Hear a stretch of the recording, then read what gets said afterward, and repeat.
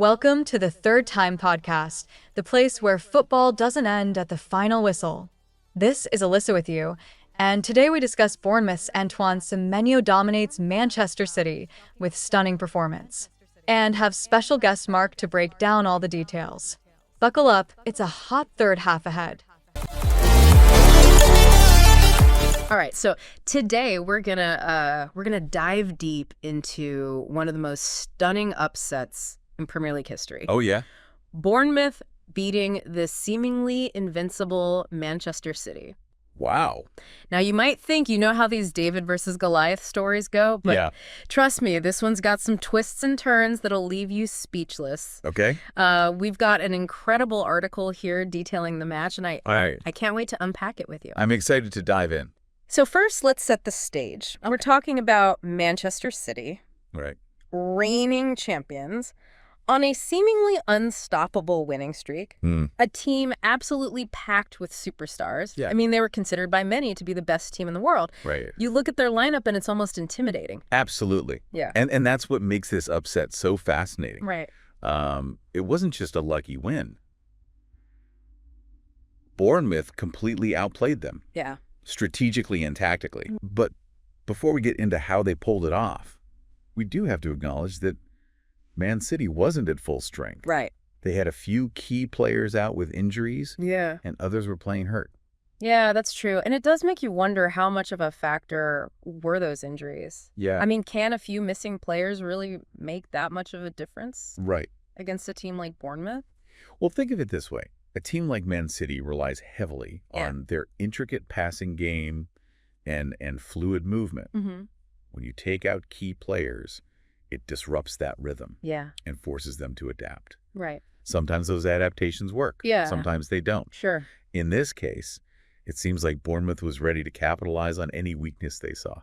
And capitalize, they did. Bournemouth came out with this incredible ferocity right from the start. Yeah. It was like they'd been shot out of a cannon. Wow. I mean, did you see Ederson's double save early on? Oh, yeah. It was unbelievable. Unbelievable. I mean, he managed to stop 2 point-blank shots within seconds of each other. It was remarkable display of athleticism and anticipation. Yeah. But it also speaks to the pressure Bournemouth was putting on them right out of the gate. Right. I mean, they were relentless in their attack. Yeah. And that set the tone for the entire match. Yeah, and then to top it all off, Bournemouth scores. Oh, wow. Milos Kerkez delivers this perfect assist. Okay. And Antoine Semenyo sends the ball flying past Ederson for a stunning goal. Oh, man. It all happened so quickly, and suddenly the underdogs were in the lead. It was a textbook example of how to exploit a defense that's even slightly off balance. Mm-hmm. Semenyo in particular had an exceptional match. Yeah. He was like a phantom out there constantly finding space and outmaneuvering Kyle Walker, Man City's captain. You know what's interesting about Semenyo's performance? What's that? It wasn't just about speed. Okay. He was using this clever combination of feints and changes of pace to completely throw Walker off. Exactly. Yeah.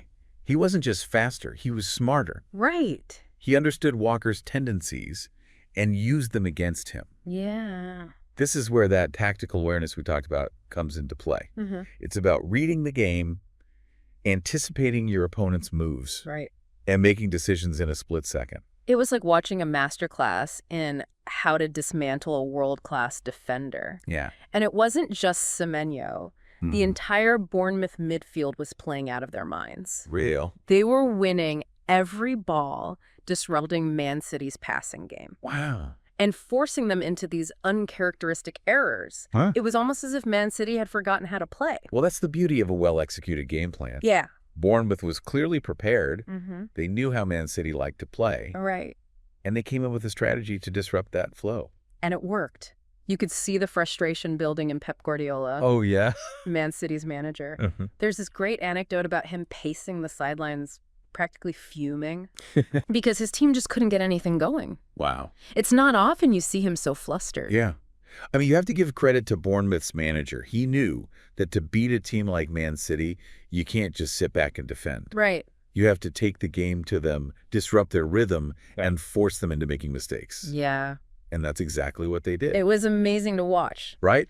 And then, as if things couldn't get any better for Bournemouth, they score again in the second half. Oh, wow. This time, it's Evan Milson, who finds the back of the net with assists, once again, from our dynamic duo, Semenyo and Kirkes. Oh, yeah. It was like they were playing with a sixth sense, always knowing where the other one would be. That second goal really shifted the momentum in Bournemouth's favor. Yeah. I mean, it's one thing to take an early lead against a team like Man City. Right. But to extend that lead in the second half, Yeah. that's a whole different level of confidence. It felt like they were unstoppable at that point. Yeah. But Man City, to their credit, didn't just roll over and accept defeat. They mounted this late comeback attempt, finally managing to score a goal of their own. Oh.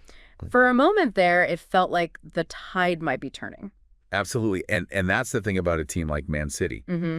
They have this incredible ability to find another gear even when they're down. Right. They started pressing higher up the pitch, taking more risks, and it almost paid off. Yeah, the tension was palpable. You could feel it in the stadium. Oh, really? Every time Man City got close to the goal, the crowd would hold their breath. Yeah. It's like a roller coaster of emotions. Wow.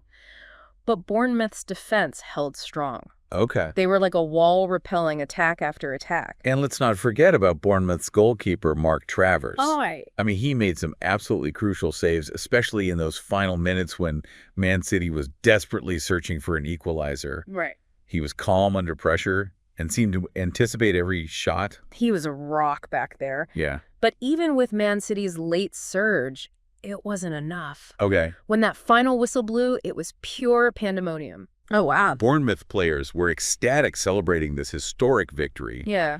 And Man City, well, they were stunned, exhausted, and I think a little bit humbled.